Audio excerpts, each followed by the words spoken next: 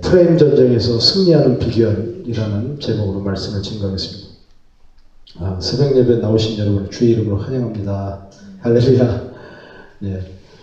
예전에 그 서울대 심리학과 교수인 최인철 교수가 쓴 책인 나를 바꾸는 지혜, 프레임, 이라는 책을 아주 좀 재미있게 읽은 적이 있어요. 나온 지 꽤 된 책인데, 요즘도 꾸준히 팔리는 그런 스테디셀러라고 합니다. 제가 좀 최인철 교수에게 약간 관심이 있습니다. 이 심리학자들 보면요, 대개가 이 무신론자거나 이 종교 다원론자들이 많아요. 그런데 이분은 몇 안 되는 기독교인들 중에 한 사람이에요. 그래가지고 제가 이분이 써내는 그 책들은 제가 좀 읽는 편인데, 그런데 이 프레임이라는 책의 주제가 뭐냐? 나라는 존재는 어떤 말이나 생각의 프레임 안에 갇혀있는 존재라는 거예요.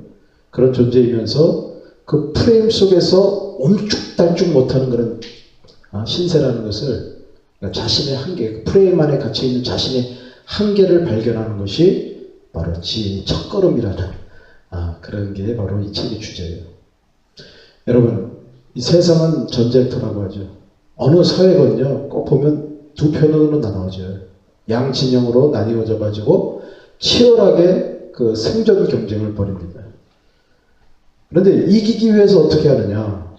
먼저 말과 생각의 싸움을 벌인다는 거예요. 다시 말해서 이 프레임 전쟁을 벌인다는 것입니다.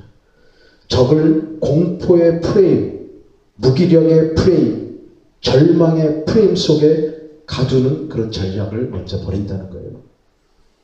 이 프레임 전쟁을 정말 잘하는 인물이요, 바로 본문에 등장해요. 바로 골리앗이에요. 골리앗.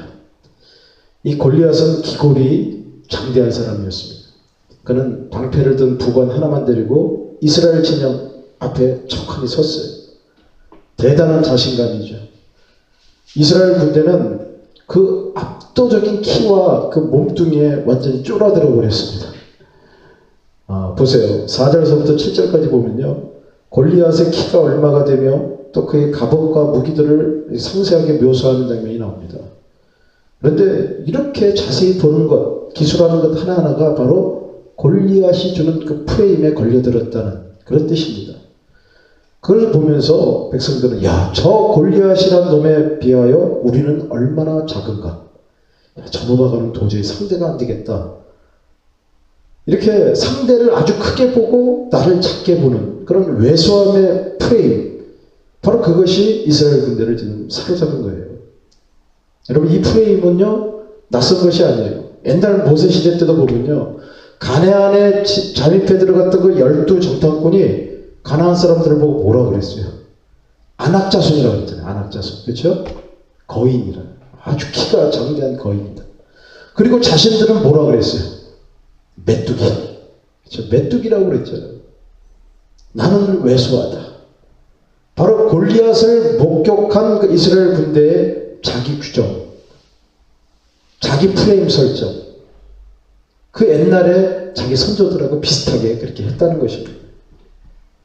이렇게 스스로 메뚜기라는 왜소함의 프레임 속으로 기어들어가서 그 사기가 지금 왕창 떨어지는 그런 모습이 바로 본문에 표현이 되는 거예요.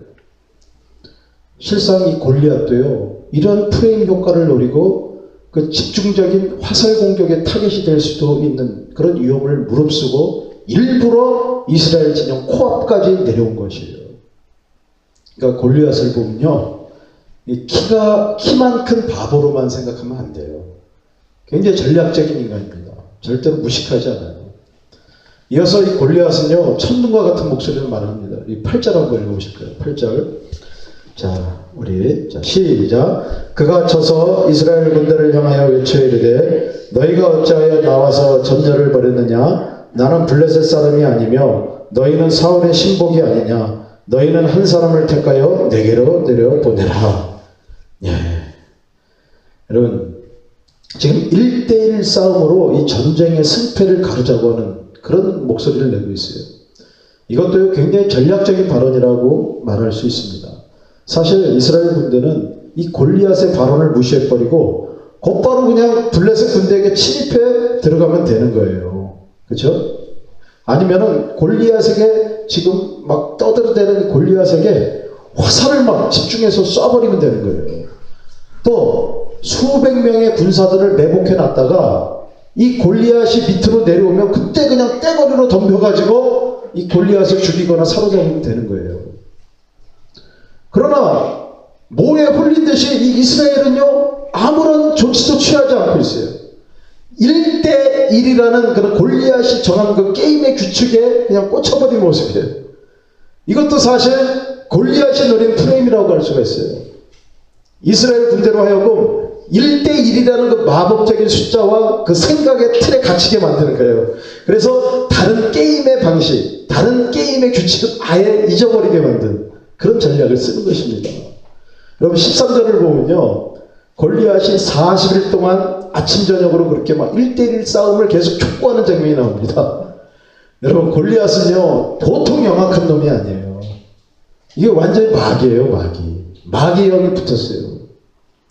그래서 스스로 그렇게 게임의 규칙을 정해놓고 그 게임의 규칙을 이스라엘이 받아들이도록 아주 집요하게 그렇게 밀어붙이는 그런 장면인 거예요. 그래서 이제는 1대1 싸움을 안 하면 안 되는 쪽으로 그렇게 프레임을 만들어 놔버렸어요. 그래서 아주 대단한 놈이라는 거예요. 여러분 이것이 바로 프레임 전쟁이라는 거예요. 자기가 유리하게 싸울 수 있는 그 판을 만들어내는 것이 프레임 전쟁입니다. 블레셋 군대는 1대1의 싸움에 자신이 있었기 때문에 이렇게 판을 만들어 놓고 그렇게 이제 그 이스라엘을 몰아붙인 것이고, 이스라엘은 멍청하게도 그 불리한 싸움을 벌이는 프레임 속으로 그냥 갇혀버리게 된 거예요. 이제 패배는 기정사실이 되어버렸습니다. 그러나 보세요. 이렇게 마귀들이 자신에게 유리한 프레임과 구도를 만들어 놨어도요, 하나님은 절대로 지지 않으시는 분이심을 믿으시기 바랍니다. 왜 그래요? 바로 전능하신 분이시기 때문에. 여러분 아브라함에게 처음 나타나셨을 때 하나님께서 자신을 뭐라고 그러셨어요? 나는 전능하신 하나님이다. 할렐루야. 아멘. 이 전능의 뜻이 뭐예요? 어떤 불리한 판에서도 능히 이길 수 있다는 것입니다.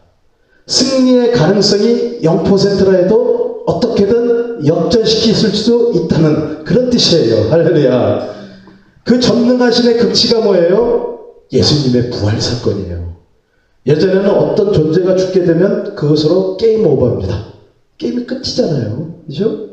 마귀들도 그렇게 알고 있었어요. 그래서 하나님의 아들을 십자가에 죽였을 때 그들은 자신들이 100% 이겼다고 그렇게 환호성을 질렀을 거예요. 그러나 3일 후에 살아나셨어요. 0%의 가능성을 뚫고 사망을 이기신 그 사건, 그것이 바로 하나님의 전능하심이 증명된 그 사건임을 여러분이 믿으시기를 바랍니다. 여러분 본문에도 골리앗이 자기가 절대적으로 유리한 싸움인 1대1 싸움으로 그 판을 만들어 나갔지만 하나님의 전능하심이 나타나셔서 결국에는 그 싸움을 완전히 역전시켜 버리셨습니다. 그 전능하심을 보여주신 도구로 누구를 쓰셨어요? 바로 다윗이라는 꼬마를 들어서 쓰셨어요. 골리앗이 설정한 1대1 프레임 속에서 멋지게 그렇게 승리하는 기적을 나타내 보여주신 것입니다. 저와 여러분도 이렇게 하나님의 전능하심이 나타나는 도구로 쓰임받는 인생이 되시기를 주의 이름으로 축원합니다. 네, 이 능력을 여러분이 체험해야 돼요. 여러분 요새 그 메르스 그 소식이 아직도 계속 진동하고 있잖아요. 천지를 뒤엎고 있어요. 경제가 굉장히 어려워진다고. 이 비관적인 전망이 압도적이에요. 지금 벌써 10만 명이 넘는 외국인들이 이 한국행을, 관광, 그것을 포기해버렸잖아요.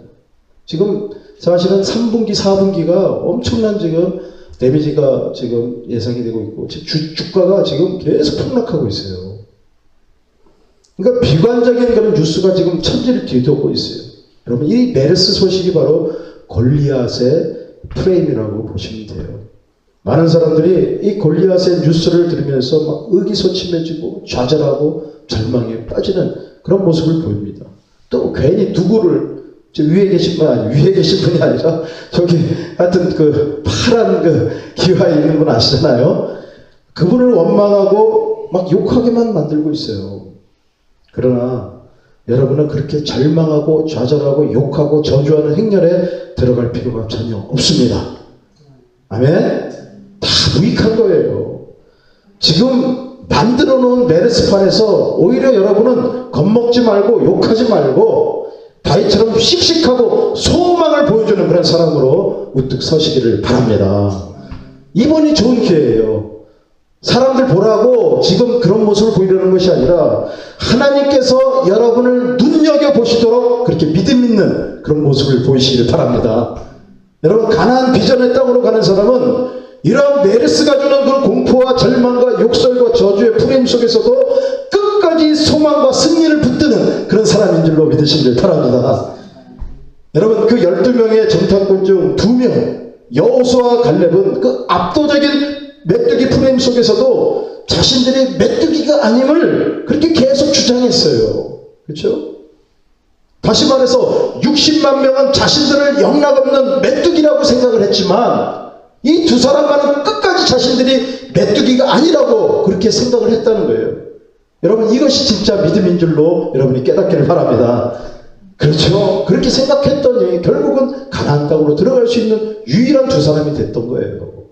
다윗도 마찬가지죠. 골리앗이 설정해 놓은 프레임 속에서 이스라엘 군대 모두가, 심지어 사울왕도 비참한 패배를 떠올리며 벌벌 떨고 있었지만 이 아이만큼은 전능하신 하나님을 믿고 1대1 싸움에서 자신의 승리를 전혀 의심하지 않았기 때문에 마침내 골리앗을 물리칠 수 있었고, 이후에도 다윗 왕조를 성공적으로 이어갈 수 있었던 그런 사람이 된 것으로 여러분이 깨닫기를 바랍니다. 여러분, 하나님을 진실로 믿고 기도하는 사람은 반드시 그렇게 될 수 있어요. 여러분은 지금 새벽 예배에 나오는 정말 흔치 않은 사람들이에요. 일단 메르스 프레임에 대해서 오늘 알게 됐잖아요. 그렇죠? 그 지식을 알게 된 것이 하나님의 은혜입니다. 이 압도적인 메르스 프레임 속에서도 부활의 주님을 떠올리시기를 바랍니다. 여호수아와 갈렙과 다윗을 떠올리세요. 여러분이 여기서 이 전쟁에서 승리하면은 반드시 하나님께서 여러분을 비전의 땅 가나안으로 여러분을 이끌어 가실 줄로 믿으시길 바랍니다. 그렇죠? 이것이 좋은 기회라는 거예요. 여기서 믿음 있는 모습 보이세요. 긍정적인 모습 보세요. 나는 이길 수 있다고 믿으세요. 할렐루야. 그런 말과 생각으로 하나님께 영광을 돌리는 그런 사람들이 되시기를 주의 이름으로 축원합니다. 기도하겠습니다. 할렐루야.